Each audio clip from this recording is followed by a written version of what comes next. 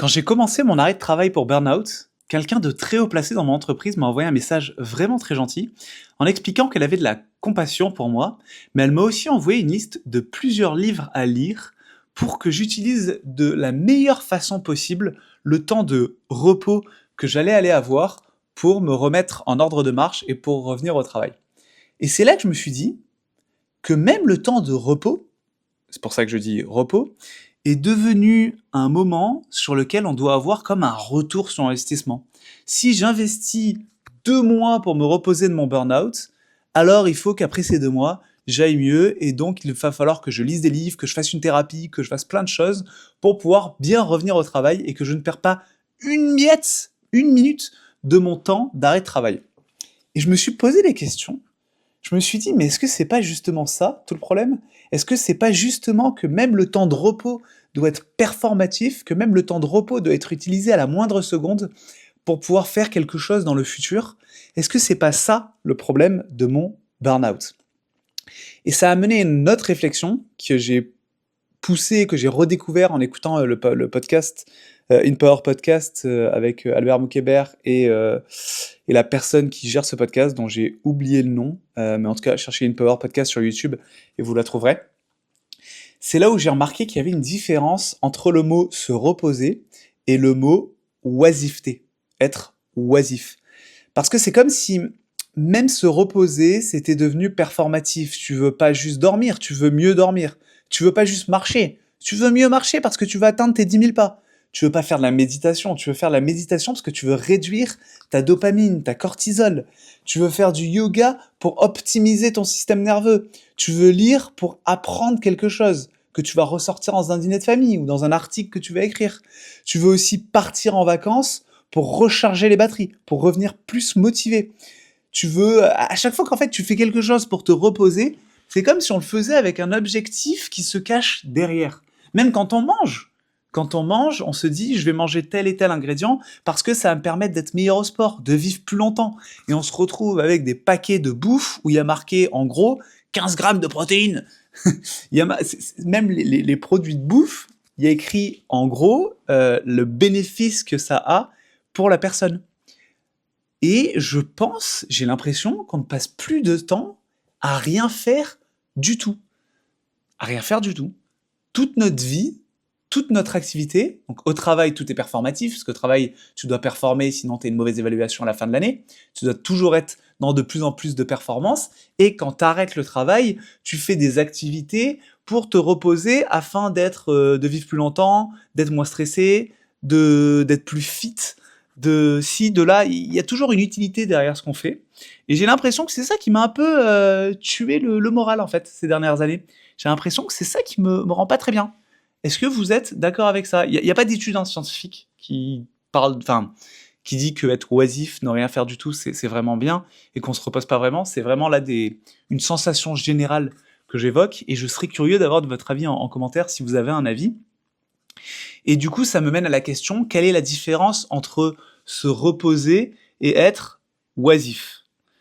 J'ai l'impression que le repos, c'est je m'arrête ou je fais quelque chose tranquille pour pouvoir mieux repartir. Donc derrière le repos, encore une fois, il y a l'idée que je veux performer. Il y a une idée qui se cache derrière. Je veux pas juste rien faire, je veux faire quelque chose qui est plutôt proche du rien, genre faire du yoga, c'est se reposer, mais dans l'objectif d'avoir quelque chose derrière. Or qu'être oisif, c'est je fais rien pour rien. Il n'y a aucun objectif derrière. Si on fait la différence, si on veut se reposer et dire demain je dors pour être en forme demain, ben là on est dans le repos, on va dormir pour être en forme demain. Alors que l'oisiveté, ça va être, au lieu de dormir pour être meilleur demain, c'est je vais me mettre allongé par terre, je vais regarder le ciel et c'est tout. Et le temps va couler, sans raison. C'est juste que je regarde le ciel et là les pensées vont divaguer. Peut-être j'aurai des idées, mais en tout cas je le fais pas pour avoir des idées. Je le fais pas pour être créatif. Je le fais pour rien faire. Il n'y a pas d'objectif derrière. Je fais pas du sport pour me sentir mieux. Je marche sans objectif ni trajet. Ça m'arrive souvent. Je pars marcher maintenant. Ça, c'est depuis que j'ai eu mon burn-out. Je pars dans le parc et je marche. Je sais pas où je vais aller, mais je marche.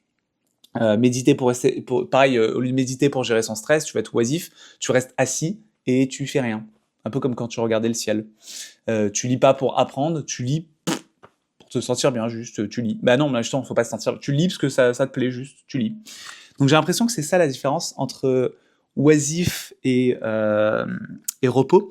Et d'ailleurs, il y a un livre de Russell qui est Éloge de l'oisiveté et qui dit que en faisant rien pour rien, en n'ayant pas d'objectif derrière et en apprenant à rien faire, on devient en fait ultimement plus créatif et on a des idées qui nous passent par la tête et on se sent globalement mieux. Mais bon, c'est juste un livre de Russell, donc c'est pas une preuve scientifique, mais le livre est assez intéressant. Il explique même qu'aujourd'hui, dans nos sociétés post-industrielles, tout doit avoir un retour sur investissement. On va au travail, on doit donner un retour sur investissement en tant qu'employé. On va dormir, faut qu'il y ait un retour sur investissement, faut qu'on dorme 8 heures pour être assez en forme pour pouvoir travailler. Faut que quand on mange, il y ait aussi un retour sur investissement sur notre santé. Donc tout ce qu'on fait doit avoir retour sur investissement toute la journée, tout le temps, et on n'est jamais en pause de retour sur investissement. En fait, c'est comme si à chaque fois le temps libre, le travail, c'est à chaque fois pour améliorer l'entreprise, et le temps libre pour soi, c'est utilisé pour servir à améliorer le futur ou la future toi. C'est ça qui est étrange. C'est un peu comme si même notre temps libre est une forme de travail, quelque part, une forme de capitalisme. Donc le repos, peut-être une nouvelle forme de capitalisme. C'est ça un peu qui m'est venu en tête.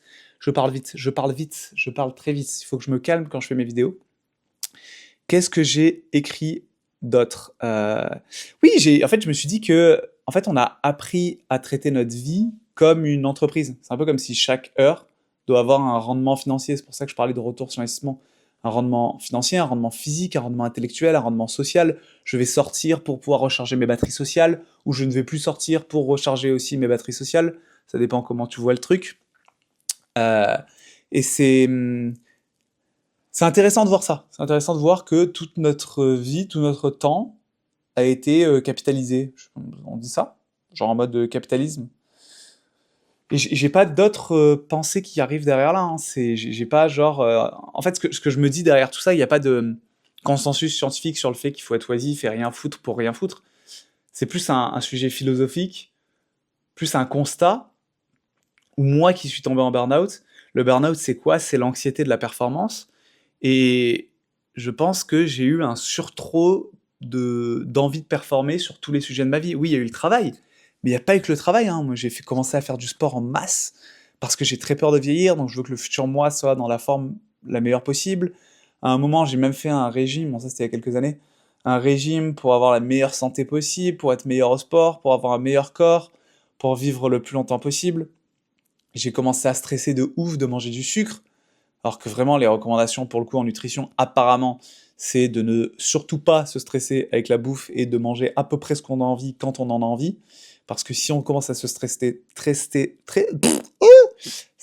trop avec la bouffe, c'est là qu'on crée des frustrations et c'est là qu'on commence à faire de la merde. Euh, et j'ai voulu performer partout, même le sommeil, j'ai une montre qui calcule mon sommeil, et tous les matins, mon réflexe, c'est quand même de regarder combien de temps j'ai dormi. Donc là aussi, il y avait l'envie de performer dans mon sommeil. Et au bout d'un moment, ça m'a mis KO.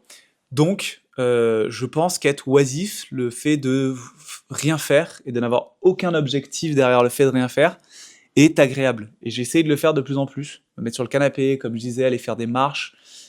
C'est agréable. Je vous invite à faire pareil et à me dire ce que vous en pensez. Est-ce que d'un point de vue philosophique, vous pensez que le repos est aussi devenu une forme de capitalisme et qu'il ne faut pas être un peu plus oisif pour vivre notre vie un peu mieux? Voilà, c'est ma question du jour. Je vous laisse me répondre. Pour ceux qui ne me connaissent pas, je suis Monsieur Carabistouille. J'ai commencé à faire des vidéos tous les jours pour parler de santé mentale, pour parler de mon burn-out, mais j'ai fait une petite pause d'1 mois. Et là, je suis un peu de retour avec des nouveaux concepts de vidéos. En fait, pas vraiment des nouveaux concepts. Je parle toujours face à ma caméra. J'ai pas de script. Je parle de ce qui me passe par ma tête. Et si vous voulez vous aussi rentrer dans ma tête, n'hésitez pas à regarder et vous abonner. Je vous dis à la prochaine. Ciao, bye.